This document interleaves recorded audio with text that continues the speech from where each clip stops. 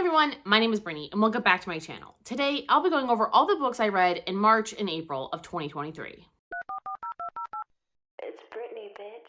I read 12 books in March and 14 books in April. So I've read quite a bit, and I ended up actually making this a joint video because I was going to do one for March, just didn't get around to it, didn't happen. I had a whole lot going on, so I decided to mix them into the same wrap up. I don't have these in any particular order other than the fact that they are in order of how I put them on my spreadsheet. So I put them down when I start reading them. So it didn't mean that I technically finished each one in order. This is just the order that it goes on my spreadsheet. That's literally it. I don't have them ranked from like best to worst. I just don't do it that way. I feel like that's doing too much. So let's get started and jump into Once There Were Wolves. I ended up giving this book 3 stars. I really thought I was going to like it a lot more because this is also the same author of a book that I loved. I believe it was last year, and I gave it 5 stars. Migrations, great fucking book, incredible, loved it. Same author, I really like her writing, but this premise just didn't excite me as much. We are following our main character Inti into the Scottish Highlands as she reintroduces wolves into their ecosystem. They need a predator, they want to diversify the ecosystem, so they bring in these pack of wolves. Obviously, it doesn't really go well with the people that live there. A lot of them think of them as nuisances. It is illegal to kill one of them. It just doesn't really work out well. And then there's actually a human murder that we are trying to figure out what happened. Was it one of these wolves? Was it not? And I kind of like that drama, but I didn't really like the weird romance drama. I feel like Charlotte does this in her books in general. The 2 books I've read, it's kind of frustrating. I don't really feel like every story needs some weird romance drama, and I didn't really like the romance drama between her sister and her ex, and it just was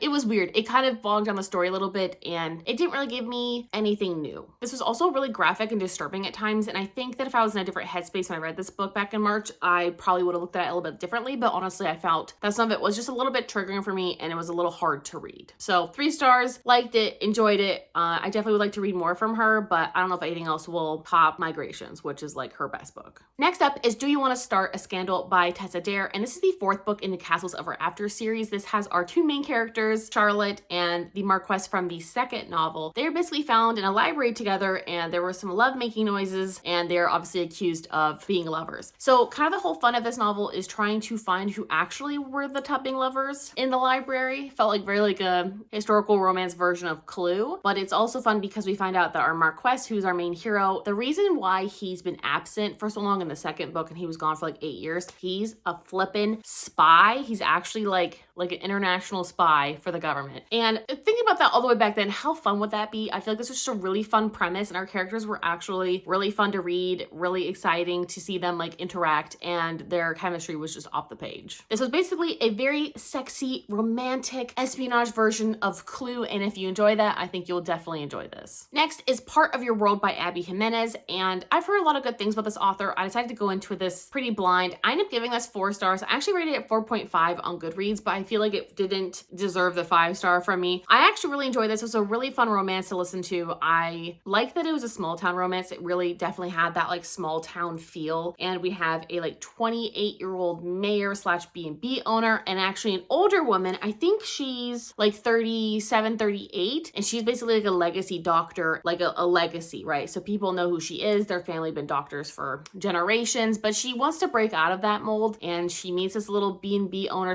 / mayor whenever she is stranded in town one day, and they hit it off. So Alexis and Daniel have a one-night stand, and for people who don't have one-night stands, Alexis and Daniel are a little surprised they ended up getting it on, and Alexis keeps trying to backtrack the relationship, but she ends up falling head over heels for this dude. And I have to say that Daniel was the cinnamon roll hero that we've all been looking for. He is pretty high up there on the list of book boyfriends. He is just the sweetest fucking thing. He just does everything for Alexis, head over heels for her, lets her know it, and he is just, he's so emotionally open and vulnerable and takes care of her and takes care of everybody else, and he's so generous and he works his ass off, and I really appreciate that in a character. Like, he is just a good ass hardworking man. He is like the husband we've all been waiting for. Daniel, everybody. All happiness and love aside, there's definitely some darker topics in this book, like physical and emotional abuse, but I think that this did something that Emily Henry's Beach Read did not. This actually melded romance and like the physical issues and abuse and stuff in a good light. I feel like it melded it really well, and it didn't feel disjointed. It actually felt like the story flowed really well. My biggest issue was Alexis as a character in general. Wasn't really a big fan of her. I feel like she was like incredibly selfish and then also like a pushover at times. She just didn't really make a whole lot of sense.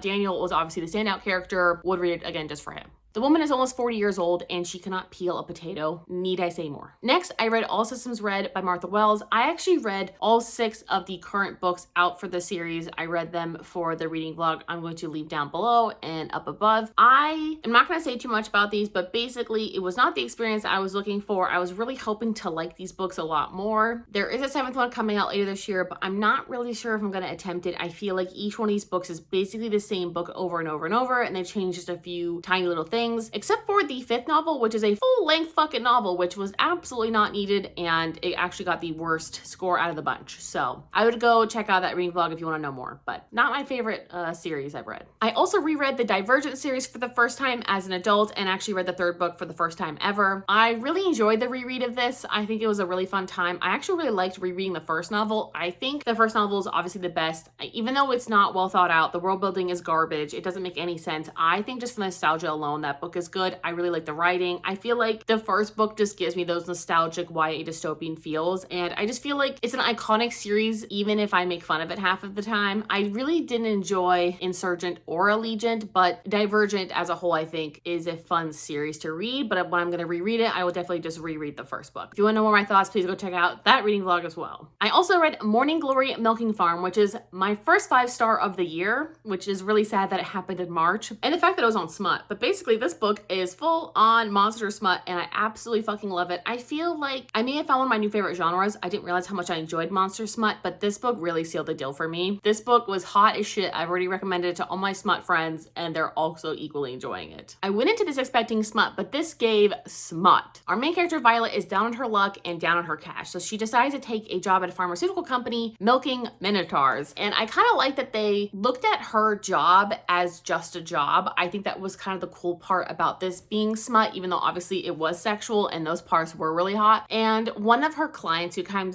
of becomes like a repeat customer is our other main character, and they slowly form this relationship that is purely intellectual, obviously while she has to jerk him off for money. Watching Violet and Rourke fall in love was so hot. I just feel like they don't barely even touch each other, obviously for like the first like 60% of the novel, and they finally get it on, but it is so delightful. It is so delicious. And I really loved this world. I think it was really fun. It's like an urban fantasy basically with a whole bunch of different kind of creatures and humanoid people. I think it was awesome. I really like this. I would highly recommend it. I would also like to read the 2nd novel in the series, which I don't remember what it's called, but I will definitely be attempting that at some point because for the first 5-star of the year, I feel like it may have earned one of the spots on my favorites list for 2023. Maybe I'm being over dramatic, but I just fell head over heels with love with it. First actual full 5-star. Next up, I read The Very Secret Society of Irregular Witches, and I actually gave this one 2 stars. I was really expecting this to be like a cozy Halloween read. Our main character, Mika, she is pretending to be a witch online, even though she's actually a witch, and somebody who can see magic can see that she's practicing real magic and she really is a witch, so they enlist her to help come teach some 3 young witches how to be witches, because in this world, witches gathering is very, very dangerous. We find out that something happened a long time ago that makes it very dangerous for witches to be in the same place at the same time.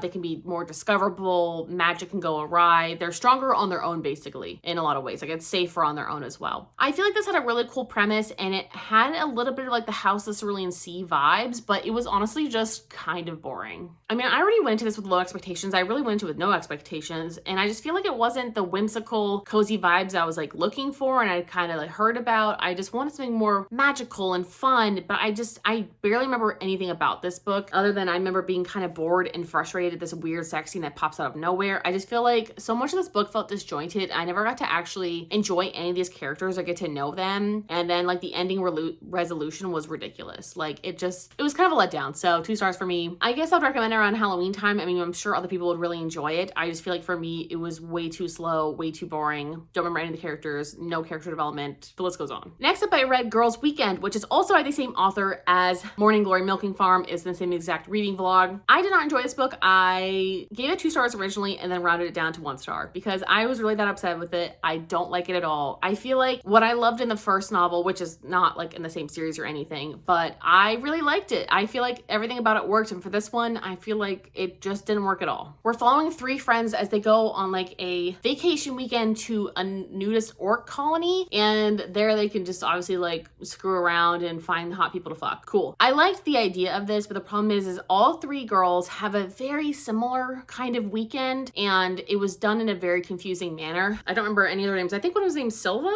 I think Silva's kind of like the main girl, I remember, I don't know, like we'll start off a paragraph with Silva and then move into the other character. They would start off and end around the same places too. Like Silva would be getting eaten out and then we'd open up onto the other character getting eaten out in a different setting. It was too confusing. This didn't work with like the three friends. And then one friend literally could have been like completely not even included. She didn't even have a love interest. It just didn't make any sense. It wasn't a good time. I mean, yeah, it's smutty, but for the storyline, 0 stars. Like, did not enjoy it. I thought I was gonna enjoy like a fun time. I think I also just hated the accents in this. There was like a really weird predatory southern accent where you can drop your panties in the old time. I don't know. And there was a weird Irish accent. It didn't work for me. Didn't like it. 1 star. I don't know if it's my first 1 star of the year. Probably not, but like honestly, did not like it at all. Like absolutely hated this book. I will not be continuing on. In the same reading vlog, I also read Not Your Ex's Hexes. I really enjoyed this book. This is a fun paranormal romance, and I ended up giving this 4 stars. We have our main character, Rose, who breaks into an animal sanctuary and she ends up trying to steal these horses that she thinks need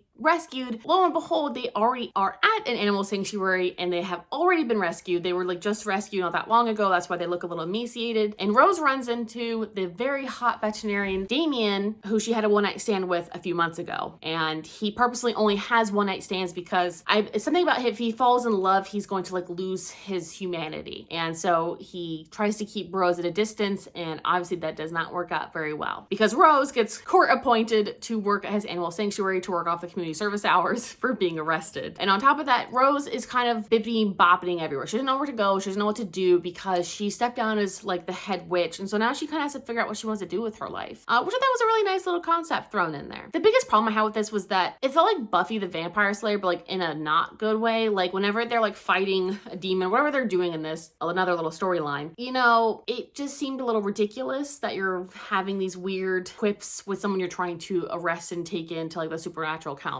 or whatever. I don't know, didn't like that. But otherwise, 4 stars would recommend. I definitely would like to read the first and the third books in the series because the third book is not out yet and the first book obviously is, and each one follows a different triplet sister. So would recommend this one, really liked it, 4 stars. I also read Legends and Lattes, and I had to say that this book was a very disappointing 2 stars. I really expected a lot out of this because everybody talks about how amazing and sapphic and cozy this is, like a cozy coffee shop hug, but basically it's about our main character like hiding a sword, like this magical sword, and putting down her sword and stop being like a fighter, like a hired hand or whatever. And she instead is going to open up a coffee shop, and nobody's ever seen one here. Like coffee isn't really a thing there. So she opens up like the first coffee shop, and it's honestly like the most boring ass thing, and nothing happens. And it wasn't even really cozy feeling. There was a couple descriptions of food, but like the way it was described didn't give me like the I'm hungry or thirsty or wanting to be there. It didn't give me any kind of cozy atmosphere. And I can honestly tell you, I don't remember a single person's name in this. I just remember that some old lady made a terrible cake. So there you go. And next up, I read The Duchess of Steel, also by Tessa Dare. This is the first in a series, and I might continue on. We're following the Duke of Ashbury and Emma. So Emma is a seamstress, and she basically comes over to his house, like asking for payment, begging for payment because his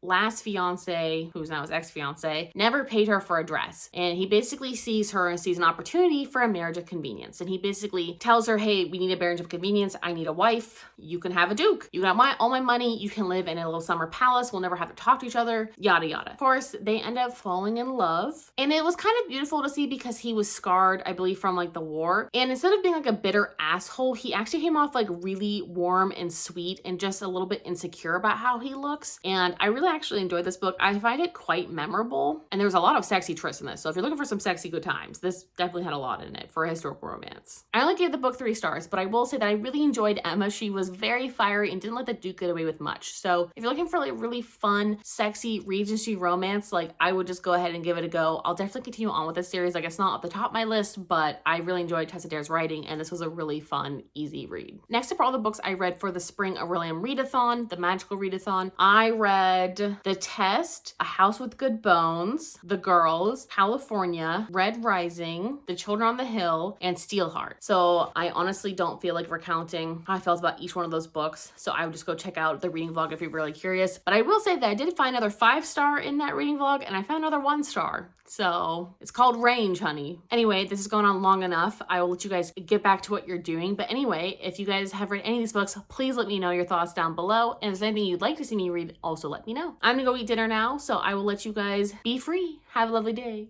Bye.